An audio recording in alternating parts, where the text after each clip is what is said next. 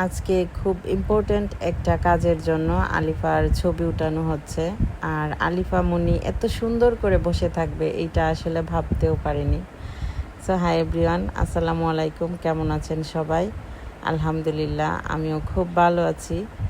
আর আজকে খুব সকাল থেকেই ব্লগটা শুরু করলাম। সারাদিন কি করব, কোথায় যাব, তো সবগুলোই থাকবে আজকের ভিডিওতে। আশা করি আপনারা সবাই পুরো ভিডিওটি দেখবেন। আর ভালো লাগলে অবশ্যই একটা লাইক করে সুন্দর মন্তব্য রেখে যাবেন। তো যাই হোক, সকালবেলা আলিফাকে নুডলস খাইয়ে দিচ্ছে আলিফার আব্বু।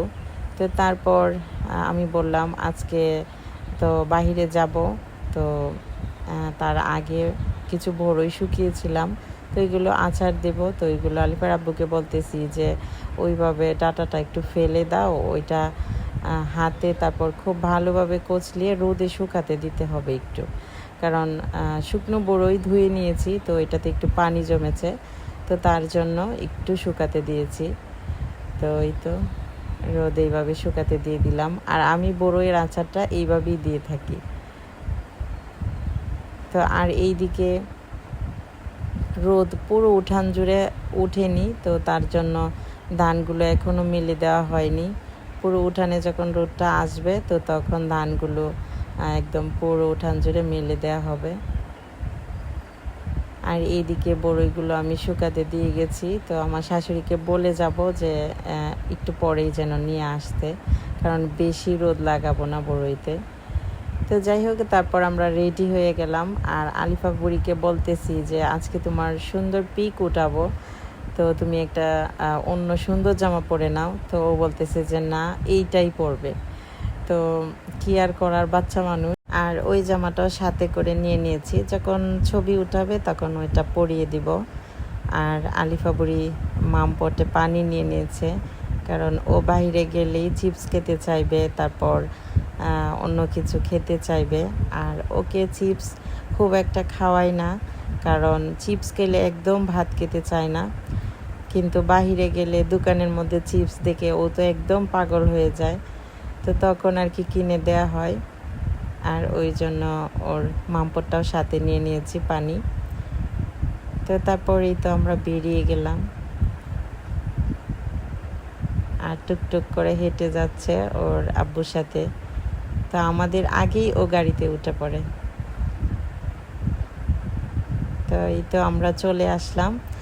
আর এসে আলিফা বুড়ির ছবিগুলো আগে উঠিয়ে নিয়েছি। আর আলিফা মুনি এত সুন্দরভাবে বসে থাকবে আমরা আসলে ভাবতেও পারিনি, কারণ ও তো খুব নাড়াচাড়া করে। তো ও আবার লোকটা যেভাবে বলতেছে ঠিক ওইভাবেই ও সুন্দরভাবে বসে আছে। তো মাশাআল্লাহ, খুব সুন্দর ছবি উঠেছিল। আর এইটা আমাদের খুব ইম্পর্টেন্ট একটা কাজের জন্য উঠিয়েছিলাম।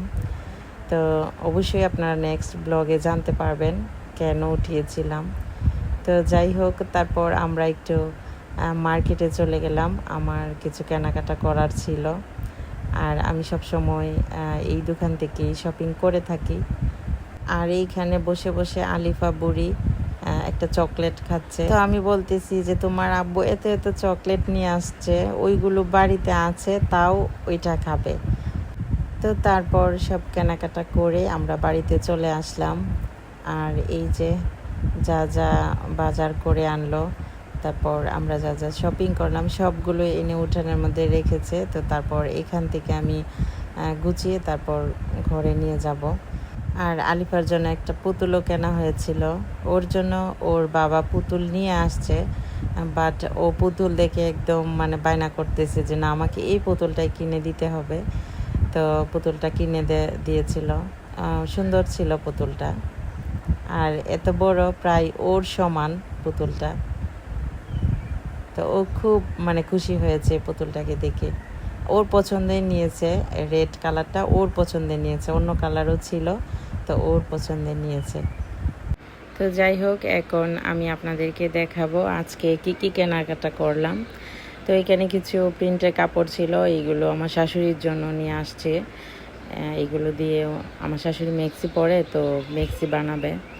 আর আমার জন্য ক্রিম এনেছিলাম, তারপর ফেস ওয়াশ এনেছিলাম। আর সব সময় পরার জন্য আমার শাশুড়ির হাতের চুড়ি এনেছিলাম, প্লাস আমার জন্য নিয়েছিলাম।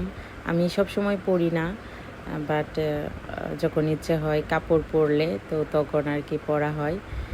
আর আমি সব সময় পরি না, কারণ আলিফা আমার হাতে চুড়ি দেখলেই ও একদম খুলে নিয়ে তো ও পরবে, কোথাও ফেলে দেবে, তো তার জন্য আর কি পরা হয় না।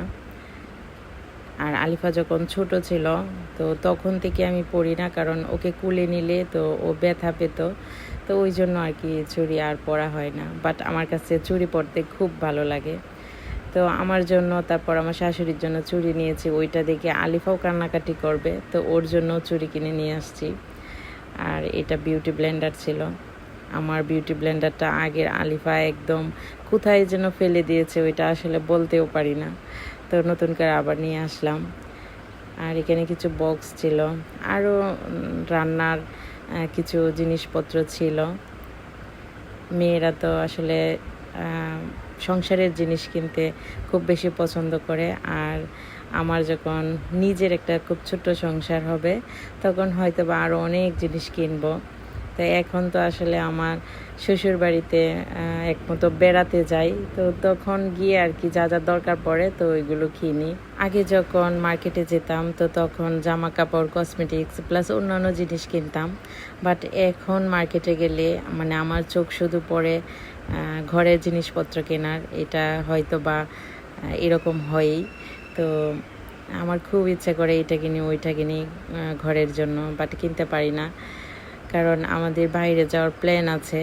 তো আলিফার আব্বু খুব ট্রাই করছে, ইনশাল্লাহ একদিন হয়তো বা যাবো, বাট কখন যাব এটা তো শিওর জানি না। তো ওই দুটানার মধ্যে আমার সংসারটা এখনও গুছিয়ে উঠতে পারেনি, কারণ এইখানে সব কিছু কেনা হয়ে গেলে তারপর চলে গেলে এইগুলো একদম রেখে গেলে নষ্ট হয়ে যাবে, তো ওই ভেবে আর কি কোনো কিছুই করা হয় না ওইভাবে। তো ইনশাল্লাহ যখন ওইখানে যাব ওইখানে সুন্দর করে সংসারটা গুছাবো, ওই আশাতেই আছি। আপনারাও সবাই দোয়া করবেন আমাদের জন্য, যেন খুব তাড়াতাড়ি প্রসেসিংটা হয়ে যায় আমাদের। তো যাই হোক, তারপর ওই দিন চিংড়ি মাছও আলিফার আব্বু কিনে এনেছিল, আর অনেক ধরনের সবজিও এনেছিল। তো এখন এই চিংড়িগুলো কেটে কুটে পরিষ্কার করে তারপর ধুয়ে নিব। তো এখন আমরা দুপুরের খাবার খাবো, আর আমি দুপুরের রান্না করে রেখে তারপর গিয়েছিলাম। তো এখানে ছিল শুটকি ভর্তা, তারপর ছিল চিংড়ি মাছ দিয়ে লতির তরকারি। লতির তরকারিটা একদম নরম হয়ে গেছে, কারণ সিদ্ধটা বেশি দিয়ে দিয়েছিলাম ওই দিন, তো ওই জন্য বেশি নরম হয়ে গিয়েছিল, বোঝা যাচ্ছে না এটা লতির তরকারি। তো তারপর ছিল আলু টমেটো দিয়ে মাছের তরকারি, তারপর লাউ মাছের তরকারি। তো তারপর ছিল চিংড়ি মাছ দিয়ে শালগম, আগে চিংড়ি মাছ ছিল তো ওইগুলো দিয়ে শালগম দিয়ে রান্না করেছিলাম। তারপর সাথে সালাদ ছিল। তো সব মিলিয়ে আলহামদুলিল্লাহ আমরা দুপুরে খাওয়া দাওয়া করলাম। তো খাওয়া দাওয়া শেষ করে তারপর একটু মিষ্টি মুখ করে নিলাম, আর এইটা আমরা আসার সময় নিয়ে আসছিলাম। খুবই টেস্ট, আগে খেয়েছি অন্য দোকান থেকে, তো এখন আর কি স্বাদ থেকে নিয়ে আসছে, বাট অন্য দোকানের চাইতে স্বাদের যে এই মিষ্টিটা খুবই খুবই মজার ছিল। এটা ছানার মিষ্টি ছিল, মানে অতুলনীয়। ছানার মিষ্টি খেয়েছি, বাট এই দোকানের মিষ্টিটা একদম অসাধারণ। তো আপনারা একবার হলেও ছানার এই মিষ্টিটা ট্রাই করবেন, খুব মজা।